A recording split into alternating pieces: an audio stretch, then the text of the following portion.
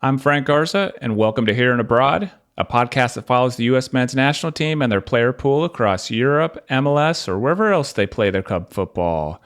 The U.S. lost 5-1 in their friendly against Colombia on Saturday. It was one of the USMNT's most humbling defeats in quite some time. And on today's show, we're going to break down the match as well as look ahead to their upcoming friendly against Brazil on Wednesday evening. To help me do that, I've invited Kevin Baxter to join the show. Kevin writes about soccer and hockey for the Los Angeles Times. He has covered 7 World Cups, 4 Olympic Games, 6 World Series, and a Super Bowl, and has contributed to 3 Pulitzer Prize winning series at the Times and Miami Herald. Kevin, welcome to the show. Thanks for having me. There's really not much to discuss about this game. I mean, if you're looking for positive stuff, as you mentioned, first time they gave up, the U.S. has given up 5 goals since the 2009 Gold Cup final. It's the worst loss they've had since losing to Costa Rica 4-0 in World Cup qualifying way back in 2017. It was a friendly, but it wasn't very friendly for the U.S. That's true. I know. I was watching this game, and I knew you and I were going to be talking afterwards. And I was like, Kevin and I, well, I thought we were going to have a lot to talk about. But you're right, not many positives, but a whole lot of negatives. I mean, when you look at the game as a whole, what was your biggest takeaway, from it? Would you say? Well, I think Tim Weah hit the nail right on the head after the game when he said, "This isn't CONCACAF. It's not CONCACAF," and that's part of the problem. The U.S. dominates, as we know. Now that they've pretty much got Mexico's number, the U.S. dominates CONCACAF. They play most of their games there. The competition just isn't strong enough for the U.S. to really find out where they are, to improve, to take the necessary steps up. So when they wind up playing a team like now, they're going to go into Copa America. They're going to be playing a lot of quality teams from South America. Colombia is one of them. When they take that step up in class, a lot of times they're not ready for it. And this is, Colombia is ranked 12th in the world. The U.S. is actually ranked 11th in the FIFA ranking. So you would think that the game would be a little bit more competitive. But, Colombia's unbeaten in their last 22 consecutive games going back to February of 2022. So this was a really good team they played. I thought it was a really good test going into Copa America. They got another big test coming up Wednesday. They play Brazil. If the U.S. gets out of the group stage in Copa, which they should, they're likely to play either Brazil or Colombia in the knockout round. So these are important games, but if you look at this game with Colombia, this was supposed to be a chance to sort of take the pulse of the U.S. team, find out where they were at. It wasn't good, and Greg Berhalter talked about it afterwards. He said this was not a wake-up call. This was something different. This was just a horrible performance. It should be a wake-up call. It should wake them up and say, what you guys do to win Nations League and to win Gold Cup is just not good enough on the world stage. Yeah. Let me ask you, I mean, the game was, the U.S. got down, 2-0 early. They got their way back into the game with Tim Weah's goal. We're at around the 76th minute. It's 2-1. It seemed like a competitive match to me. And then, Colombia got their third goal and things got out of hand. I mean, do you think 5-1 was really reflective of the kind of the competitiveness between the two teams? Or do you think it was did it seem like a closer game than that when you were watching it? No, I do think the scoreline was legitimate, and for a couple of reasons. One is I thought the U.S. did a good job. They fell behind 2-0, I think, in the first 19 minutes, and they did a pretty good job of stopping the bleeding after that. I mean, it was a really poor start, and I thought the U.S. played pretty well for the next 40, 45 minutes. I still think Colombia probably was the better team, but I thought the U.S. played pretty well, and there's something to be said for that, for hanging in a game when you're not the better team, and I thought the U.S. showed that they could do that, but then they gave up 3 goals, I think, in what was it, 11 minutes, and that turned it into a rout. But the last 20 minutes, the U.S. got totally what they deserved. The last 20 minutes, the decision-making was horrible. There was people dribbling into trouble, dribbling into traffic. It was a shocking finish to a really poor night. It just the decision-making. I mean, this was, I think, the first U.S. team, first starting lineup, all 11 players playing for top 5 leagues in Europe. It's an experienced squad. I know a lot of these guys aren't playing every week for the European teams, but the fact they're on these rosters shows that they're quality players. But those last 20 minutes, it was almost like, a AYSO tryout. It seemed like some of these guys had never been on the field before. Some of the decision making they were, that was happening. And you can blame Berhalter for that, but I'm not really sure he was out there making those bad passes and making those bad decisions. And the U.S., continued to try to play out of the back. That wasn't working. Their passing was horrible. Camilo Vargas, the Colombian goalkeeper, didn't make any saves at the night. Only gave up one goal and won by 4 goals and only made one save. I mean, when's the last time you've seen something like that? So I do think the scoreline was indicative of the game, although there were some good moments in the middle. The bookends, the start of the game and the end of the game, the U.S. was just terrible. Yeah. Well, heading into the match, the thing I was most curious to see was which option Berhalter was going to deploy to kind of fill in for Serginho Dest. He had talked about in one of his press conferences the different options he was considering. He ended up going with probably what I think is the most simple, just kind of plugging in Dest's backup, Joe Scally, into the role and giving him the full 90 minutes. I mean, what did you make of Berhalter's decision to go with that option and how that worked out? Well, the whole back line, I thought, had a really rough day. Again, Joe Scally, Chris Richards, Tim Ream, Anthony Robinson. I don't think any of them really had a good game. And I think Walker Zimmerman might have been a better choice than Chris Richards, but he's away with the Olympic team, so he wasn't available. Scally just wasn't the answer in this game for a couple of reasons. At Borussia, he's played.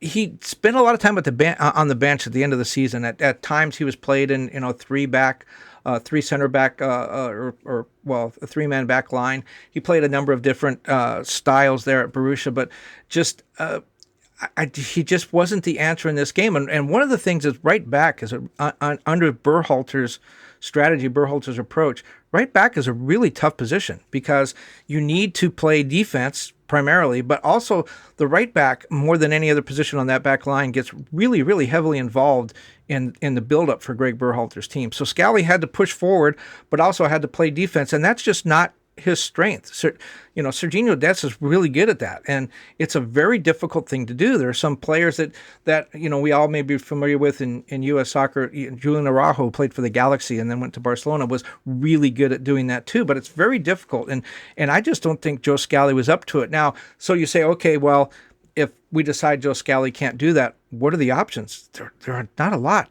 After that, I've even heard some people throwing out things like, well, maybe Tim Ream could play there, or maybe Weston McKennie. They have played a little bit of outside back before. Maybe they could do that. I don't think that's the answer. I don't think weakening the attack by putting somebody back at right back who's not, a typical right back. I don't know if that's the right thing to do, but I guess I don't know what the answer is. Joe Scally's not it, but I don't know if it's not him. Who is it? What do you think? Yeah.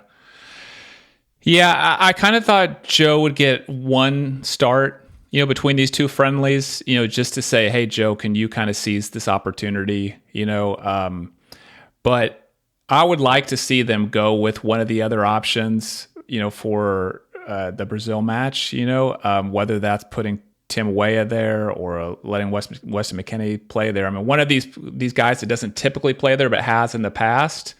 I would like to see what that looks like. I don't think the answer is putting Shaq Moore there. I was underwhelmed by Joe Scally, but it's kind of what I expected. He kind of does okay, when he does fill in for Dest, but he's been yet to really stand out with a great performance. I thought he did okay defensively. But in the attack and the build-up, I just don't. I think it's really, really lacking there. Well, and he was, he spent most of the day trying to keep Luis Diaz at bay, and he did okay, but he let him have a lot of time on the ball. The one thing about, I've heard those talk about Weah or Weston McKennie there. The thing I don't like about that, it may work out. It may turn out to be the best solution. Desperate times call for desperate measures. And so maybe that is the best thing to do. It's certainly, I think, thinking outside the box. These guys are not your stereotypical right backs. They're not guys they have played there, but not a lot. The thing I don't like about that is Winston McKinney is one of the best three midfielders on the U.S. team. So if you take him from there, now there's more depth at midfield than there is at right back. So in a sense, you're saying, okay, I'm playing to the strength. The same with Tim Weah. He's played there before. There's more depth at forward than there, on the wings than there is at right back. So maybe that makes sense because you can replace him more easily up front. But what I don't like about it, it's weakening those two positions. McKinney is one of the three best midfielders. So you're playing your fourth best midfielder in the midfield if you move him. Same up front. I think Tim Weah is one of your best wingers. All of a sudden you're saying, okay, I'm going to play a guy at wing who's not as good as Tim Weah because he's needed at right back. It might work out. It might be the solution. But it looks to me, if that's what they do, it looks to me like desperation more than good planning. Yeah. Well, and I'm not sure that's going to be the best option. I just feel like you have these friendlies, do a little bit of experimentation. I'd like to at least see it, but we'll see. I do think we'll see something different in this next friendly because Joe Scally went the full 90 minutes, and I don't think he's going to go, the full 90 again. But we'll see.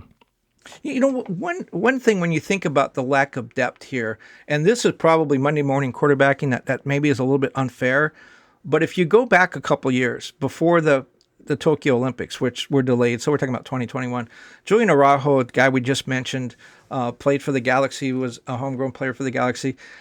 He's a dual national, trying to decide whether he wanted to play for the U.S. or Mexico. Felt like he really wasn't getting a fair shake, from the U.S. national team. They weren't promising him playing time. They weren't giving him a lot of call-ups. So he wound up going to Mexico. Was not called up for this Mexican team for their last series of friendlies. But here's a guy that at that time the talk was, look, you're going to be the backup to Sergiño Dest. And since I work in LA, cover the Galaxy, I know that Julian's response to that was, oh, great. I'm going to back up a guy who's the same age as me and who's better than me, and I'm going to be a backup for all of my life, and I'm never going to be a starter for the national team. But you know what? It would be really great if the U.S. national team had him now because he would be a guy that plays the same way Sergiño plays, that could step right in and could do that job, I think. I think he would be as good or better than some of the other alternatives that we've mentioned. But again, that recruiting process, a lot of times it seems to me that the U.S. national team, they're really good at thinking about the top 11 or 14 guys they want. But some of these guys that now, in retrospect, wow, we'd really wish we had Julian Araujo. He would be a great guy to plug right in there. He wasn't recruited that hard. They allowed him to go to Mexico, and now it looks like a situation where they could really use him. Yeah. I mean, that is, I would say, probably the position where we lack the most depth, is this fullback position. And it's like, this is kind of like a worst case scenario now heading into a big tournament, and you have a gap there. Let me ask you, we said there wasn't a lot of, positives to talk about, but I'd like to see if you have any player whatsoever that stood out to you in a positive way due to their performance. Anyone come to mind? Well, I guess maybe Weah a little bit, but it's very interesting. We get, you probably get it too. You get an email, the media get an email a couple hours after the game with all the stats and quotes and some notes and stuff. It comes from U.S. Soccer. And at the very bottom, it largely goes unnoticed, but at the very bottom of the email, it always says man of the match. And it's a contractual thing they have, I think, with Michelob, where they name a man of the match. And at the bottom of the email from this game, it said NA. It's not applicable. There was nobody that U.S. Soccer could pick to be the man of the match. And so that kind of tells you a little bit about, how the game was. Gio Reyna was underwhelming. Christian Pulisic was okay. Matt Turner only had to make one save and gave up, 5 goals. Tim Ream was not that good. Anthony Robinson, I thought, would have had a poor game. So I guess if I had to pick somebody, if I had to fill out that email for U.S. Soccer and pick a man of the match, I'd probably pick Tim Weah, but you kind of have to hold your nose when you do that. When the team loses 5-1, is it really fair to say there was a good player on the field? I don't know. Yeah. Yeah, I think you're probably right. I mean, the guy that scored the goal, I guess maybe has the best case to stand out if we're going to talk about some positives. I did think that Christian Pulisic, even though he didn't get a goal or an assist in the first half, I did see him working really hard to try and make something happen in the first half. I did think he was kind of carrying the attack a little bit and doing like everything that he could. He just, didn't get one in there at the end of the day. Well, one of the things that, again, going back to Tim Weah saying this ain't CONCACAF, and he's right. The U.S. is 5, 6, and 7 against top 20 teams under Berhalter. The last top 20 team they beat was Iran in the World Cup, and they beat them 1-0. I get, and against top 20 teams that aren't Mexico, that's their only win they have. Well, they beat Mexico, but the only win they have against teams that aren't Mexico was that win over Iran.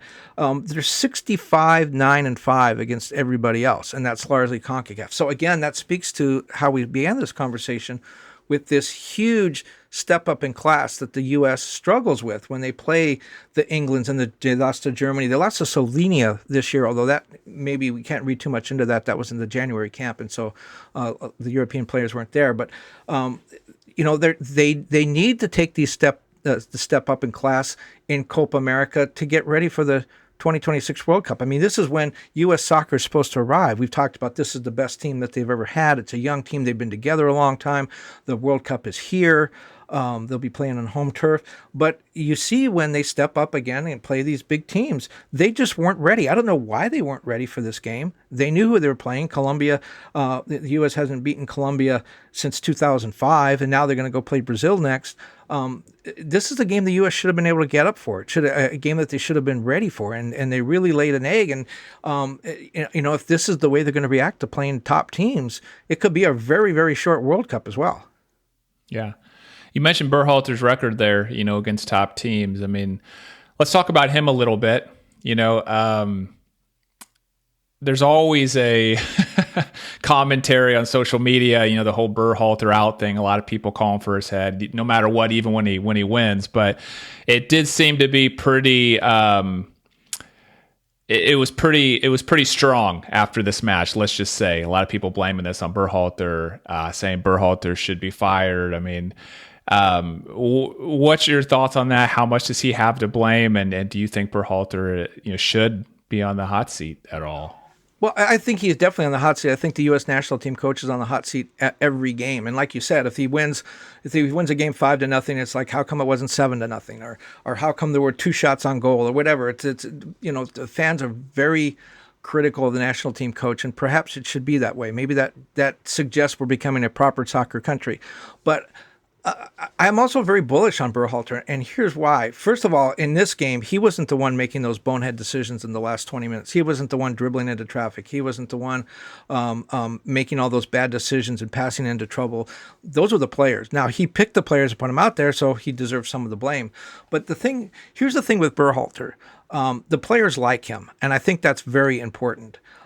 When they had the whole Gio Reyna scandal after the last World Cup, every player I spoke to that was on that team, and I spoke to just about every one, they spoke very highly of Berhalter. They said they wanted to play for him. The only one that wouldn't give an unequivocal backing of Berhalter was Kellen Acosta, and he didn't say anything bad. He just didn't say anything good, and I don't know what the deal was between Kellen Acosta and Berhalter, but everybody else wants to play for him. I think that's important if you want to play for the coach. The other thing that I think the people that want to get rid of Berhalter, I think the Gio Reyna thing really hurt them. And I know they use that as part of the argument, but here's why. Because if Gio Reyna and his parents are able to essentially blackmail U.S. soccer and get the coach fired, what's to stop Christian Pulisic's parents from doing that, or Walker Zimmerman's parents, or anyone else? I mean, if it works once, how come Gio Reyna got to do it? So once the whole Gio Reyna thing came up, I think U.S. soccer really had no choice. Once the investigation into the sexual harassment thing, once that was taken care of, I think they had no choice but to bring back Berhalter. So that gave him a little bit more of a honeymoon, a little bit of a grace period. And I guess finally the last thing would be when fans and supporters of any team in any sport want to fire the coach or the manager, that's only part of the thing. You may say Greg Berhalter is not the guy to do this job. Maybe we need a new coach.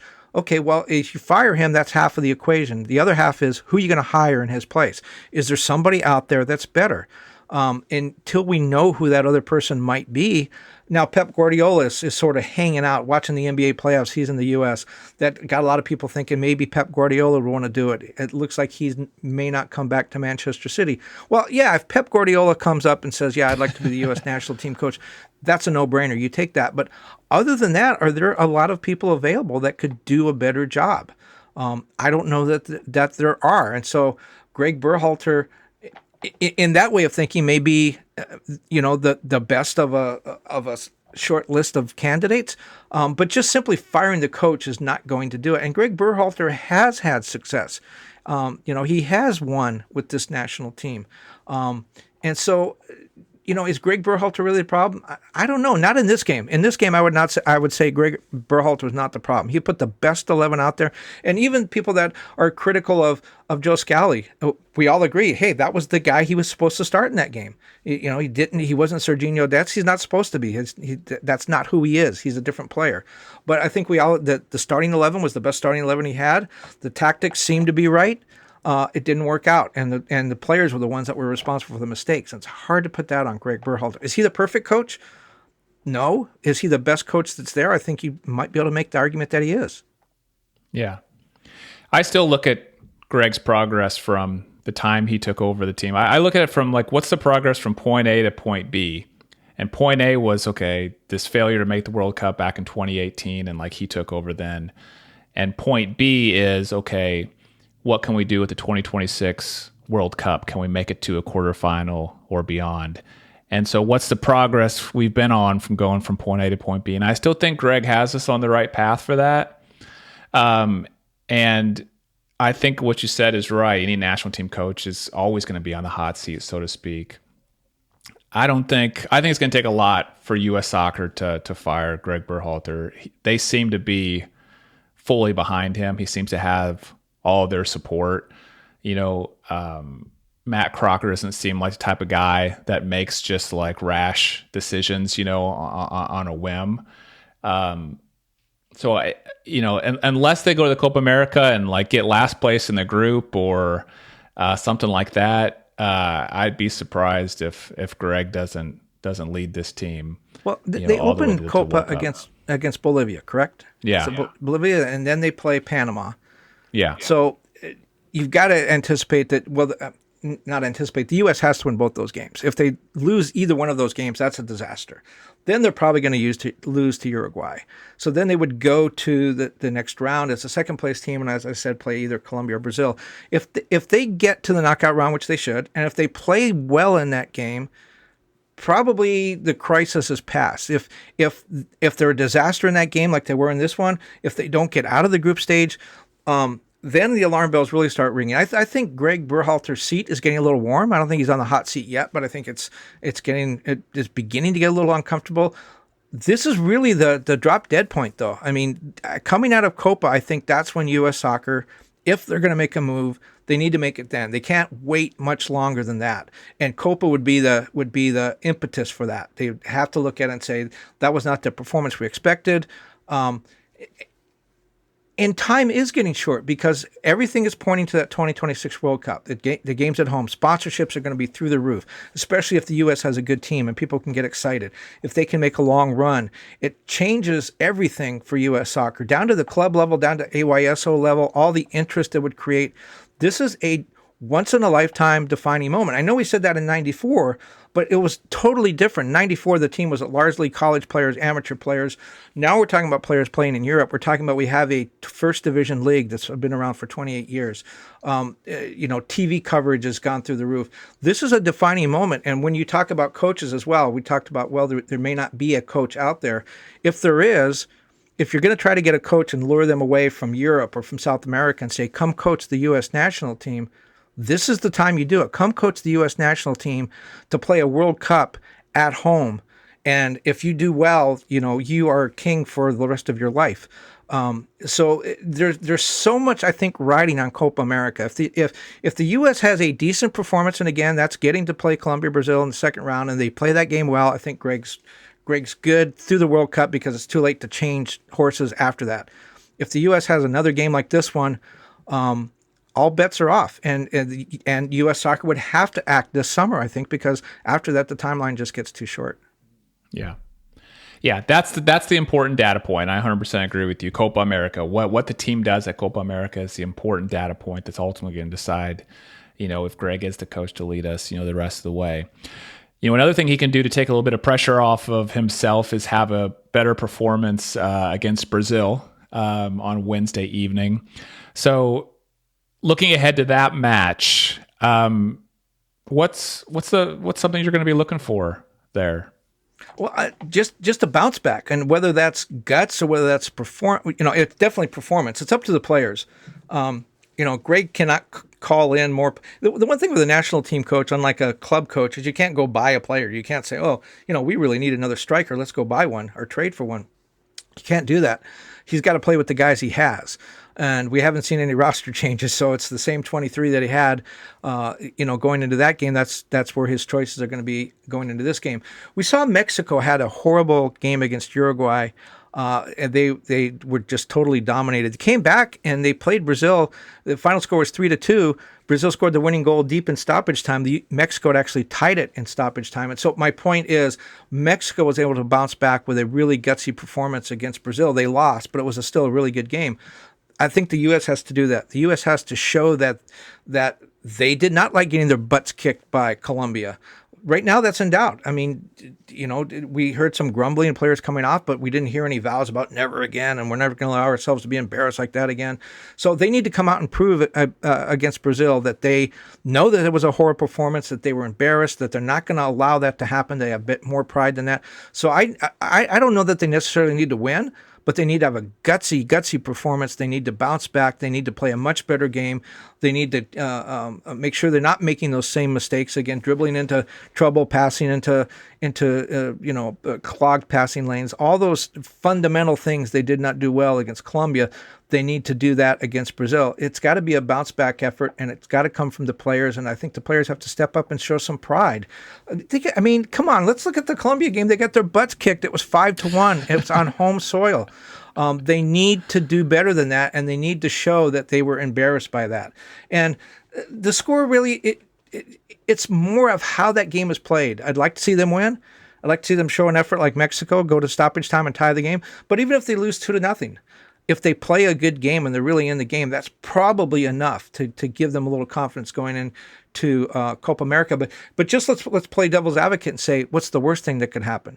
Another poor performance, and then they go into Copa America with absolutely no confidence at all.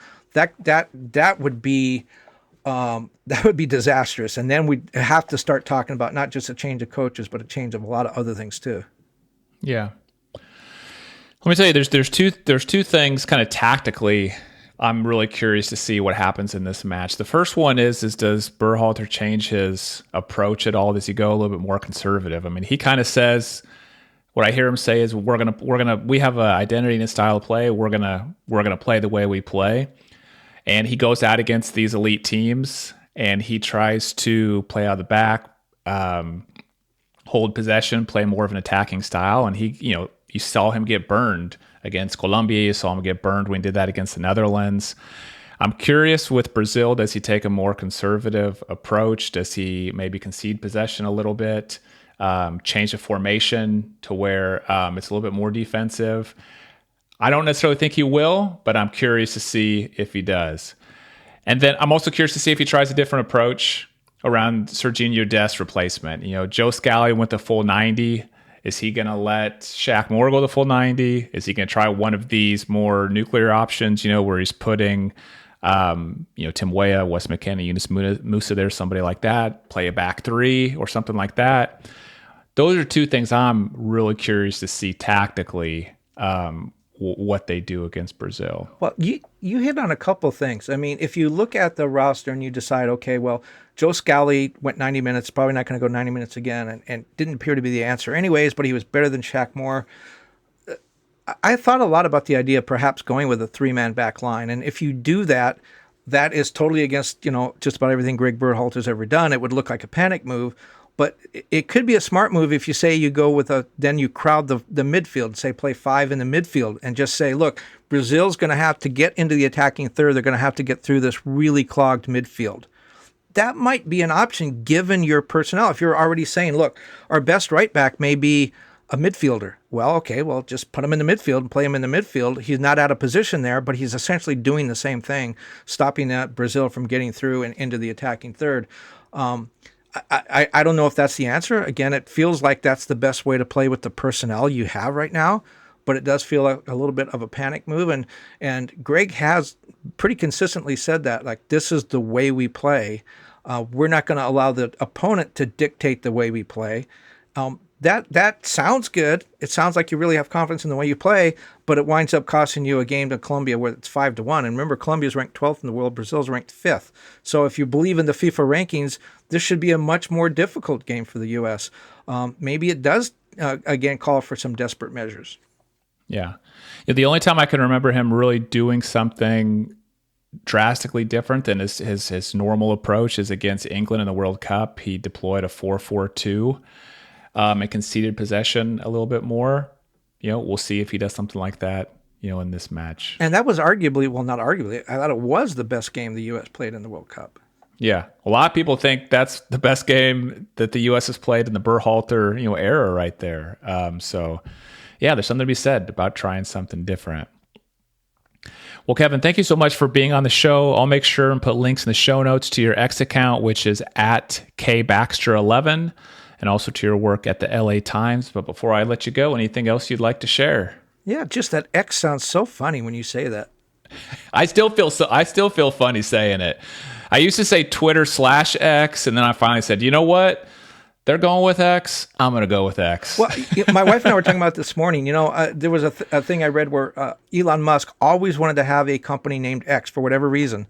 And one of his first companies, he tried to change the name to X, and the board said, no, we're not going to call ourselves X. But SpaceX, I never even made the connection. He had SpaceX too. And so, yeah, X marks the spot.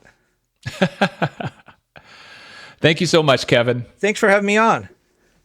And thanks to everyone for listening to Here and Abroad. If you enjoyed the episode, please share it with a fellow USMNT fan. I'm Frank Garza. You can follow me on X at FrankGarza007, and I'll be back next week with a new episode.